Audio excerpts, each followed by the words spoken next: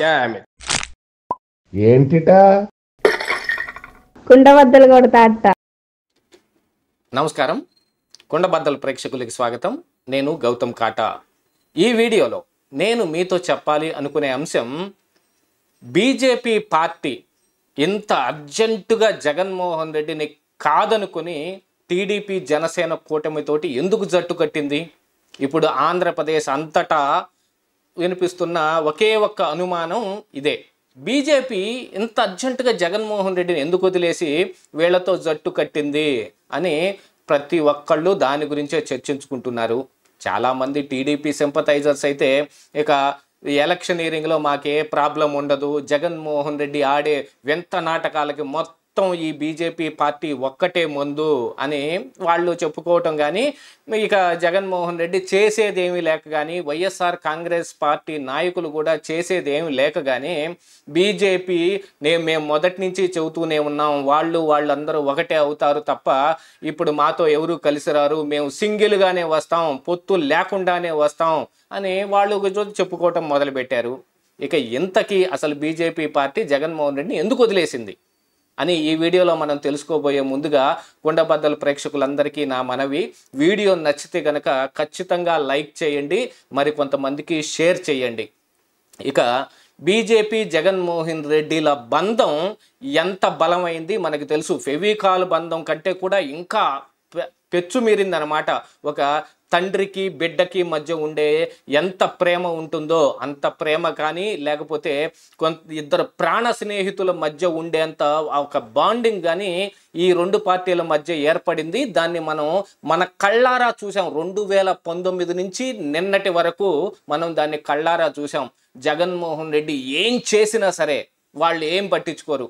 NGT complaint ఇవ్వనివ్వండి, ఇక్కడ ఇసుక తవ్వకాల్లో మొత్తం అవకతవకలే అని చెప్పనివ్వండి, బీజేపీ పార్టీ రాష్ట్ర అధ్యక్షురాలు పురంధరేశ్వరి కూడా లిక్కర్లో పెద్ద కుంభకోణం ఆరోపించి సిబిఐ ఎంక్వైరీ చేయాల్సిందేనని కేంద్ర హోంమంత్రికి వినతి పత్రం ఇవ్వనివ్వండి, స్వయాన కేంద్ర హోంశాఖ మంత్రి ఆంధ్రప్రదేశ్ రాష్ట్రం వచ్చినప్పుడు ఇదే జగన్మోహన్ రెడ్డి మీద ఎన్నెన్ని ఆరోపణలు చేయనివ్వండి, కానీ అవన్నీ దిగదొడిపే.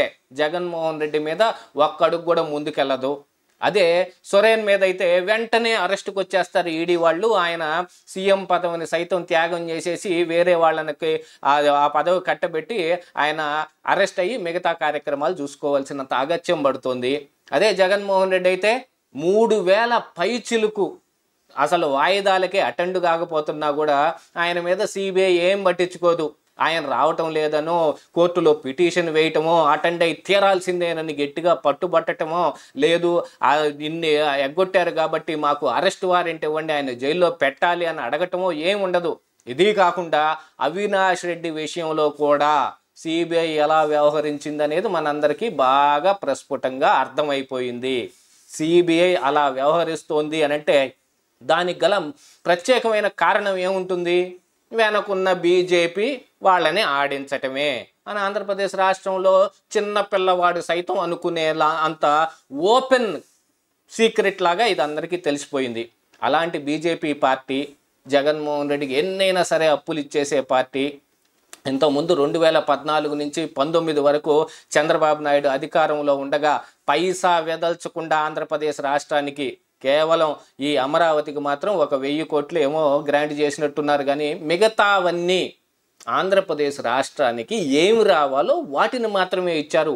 పోలవరానికి డబ్బులు ఇచ్చారు అని అంటే పోలవరాన్ని కూడా జాతీయ ప్రాజెక్టుగా అది అప్పటికి అప్రూవ్ అయింది కాబట్టి దాన్ని ఆల్రెడీ రాష్ట్ర ప్రభుత్వం కట్టి సొంతగా డబ్బులు ఖర్చు పెట్టి కట్టి దాన్ని పైకి అప్లై చేసుకుని తెచ్చుకోవటం కాబట్టి అది కొంత చంద్రబాబు నాయుడు అనుకున్న మేరకు జరిగింది. అదే బీజేపీ కేంద్ర ప్రభుత్వమే కట్టేటట్టయితే అది ఏమాత్రం జరిగేదో మనందరికీ బాగా తెలుసు. మరి ఇలాంటి బీజేపీ జగన్మోహన్ రెడ్డిని ఈ ఎన్నికలకు వదిలేసింది అనంటే నమ్మశక్యంగా ఉంటుందా? కానీ ఏం చేస్తాం, నమ్మక తప్పని పరిస్థితులన్నీ తీసుకొచ్చి పెట్టారు. దీనంతటికి కారణం ఏమిటయ్యా అంటే కేవలం గెలుపు అనే దాని దగ్గరే. ఇంటెలిజెన్స్ రిపోర్ట్ల ద్వారా జగన్మోహన్ రెడ్డి ఖచ్చితంగా ఓడిపోబోతున్నాడు అనే విషయం తెలియటం కానీ, టీడీపీ జనసేన కూటమే ఇక్కడ గెలవబోతోంది అనే విషయం తెలియటం కానీ, వాళ్లకు కేంద్రంలో అత్యధికంగా ఎంపీ సీట్లు అవసరం పట్టం కానీ, వాళ్ళు చెప్పుకున్నట్టుగా ఎన్డీఏకి 400, బీజేపీకి సొంతగా 350 అంత సీన్ లేదు అనేది చాలా సర్వేల ద్వారా బయటపడుతుంది. ఇక టైమ్స్ నౌ సర్వేలో, లేకపోతే ఇండియా టుడే సర్వేలో, మిగతా ఏ సర్వేలైనా సరే అదంతా గోధి మీడియా అనే ఒక్క మాటతో తుడిచిపెట్టేయచ్చు. వాళ్ళందరూ సర్వేలు ఎందుకు చేస్తారో తెలుసు. అట్లాంటిదే జగన్మోహన్ రెడ్డి కూడా ఎన్ని సర్వేలు చేయించుకోలేదు.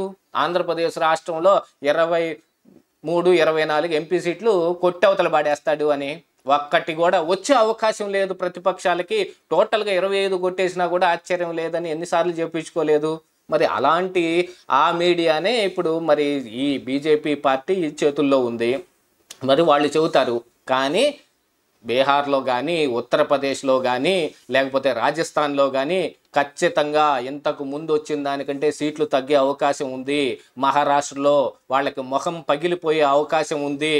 తెలంగాణలో సింగిల్ సీటు కూడా సాధించరేమో అనే అనుమానం ఉంది.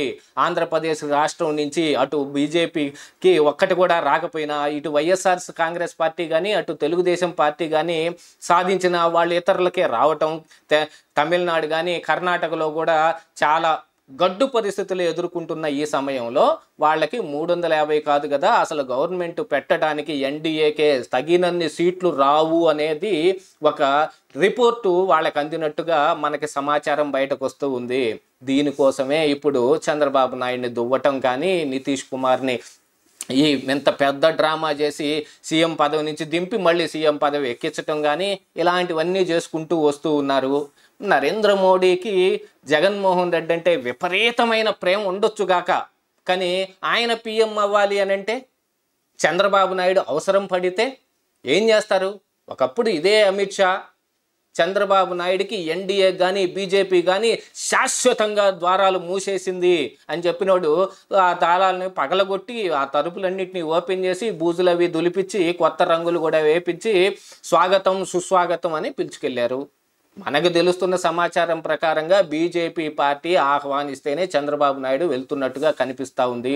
అఫ్కోర్స్ చంద్రబాబు నాయుడికి బీజేపీతో కలవాలనే ఉద్దేశం ఉన్నప్పటికీ కూడా ఈ మధ్యలో పవన్ కళ్యాణ్ ఈ పొత్తుల విషయాన్ని నెరుపుతూ ఉన్నాడు, అతనే మొత్తం మీడియేటర్గా ఉన్నాడు అనే వార్తలు కూడా బయటకు వస్తే, ఇప్పుడు కొత్తగా బయటకు వస్తున్న వార్త అసలు పవన్ కళ్యాణ్ని చంద్రబాబు నాయుడు దగ్గరికి పంపిందే బీజేపీ. ఆయన జైల్లో ఉన్న తరుణంలో బీజేపీ పార్టీ చెప్పినది మాత్రమే విని పవన్ కళ్యాణ్ వెళ్ళాడు అనే కొంత సమాచారం వచ్చింది. ఈ సమాచారం మీద కూలంకషంగా రేపు మరొక వీడియో చేస్తాను, దాన్ని కూడా మీరు ఖచ్చితంగా చూడవలసిన అవసరం ఉంది. పవన్ కళ్యాణ్ని బీజేపీయే పంపించింది. అప్పటి నుంచి పొత్తులు ఎవరికోళ్ళు బింకంగా ఉన్నట్టు కనిపిస్తూ ఉన్నప్పటికీ కూడా పొత్తుల విషయంలో మాత్రం ఎవరికి వాళ్ళు గట్టిగానే కోరుకుంటూ ఉన్నారు, మనందరం కలిస్తే మనకి గెలుపు అవకాశాలు మెండుగా ఉన్నాయని. అందుకనే జగన్మోహన్ రెడ్డిని నట్టేట ముంచటానికైనా వాళ్ళు సిద్ధపడిపోయారు. అయినా పైన బీజేపీ అధికారంలోకి వచ్చింది అనుకోండి, ఇక్కడ జగన్మోహన్ రెడ్డికి వచ్చే నష్టం ఏమీ లేదు. ఆయన్ని మళ్ళీ కాచి కాపాడటానికి నరేంద్ర మోడీ ఉన్నాడు. ఆ విషయం మాత్రం అందరూ గుర్తుపెట్టుకోవాల్సిందే. ఇదే ఈరోజు కుండబద్దలు.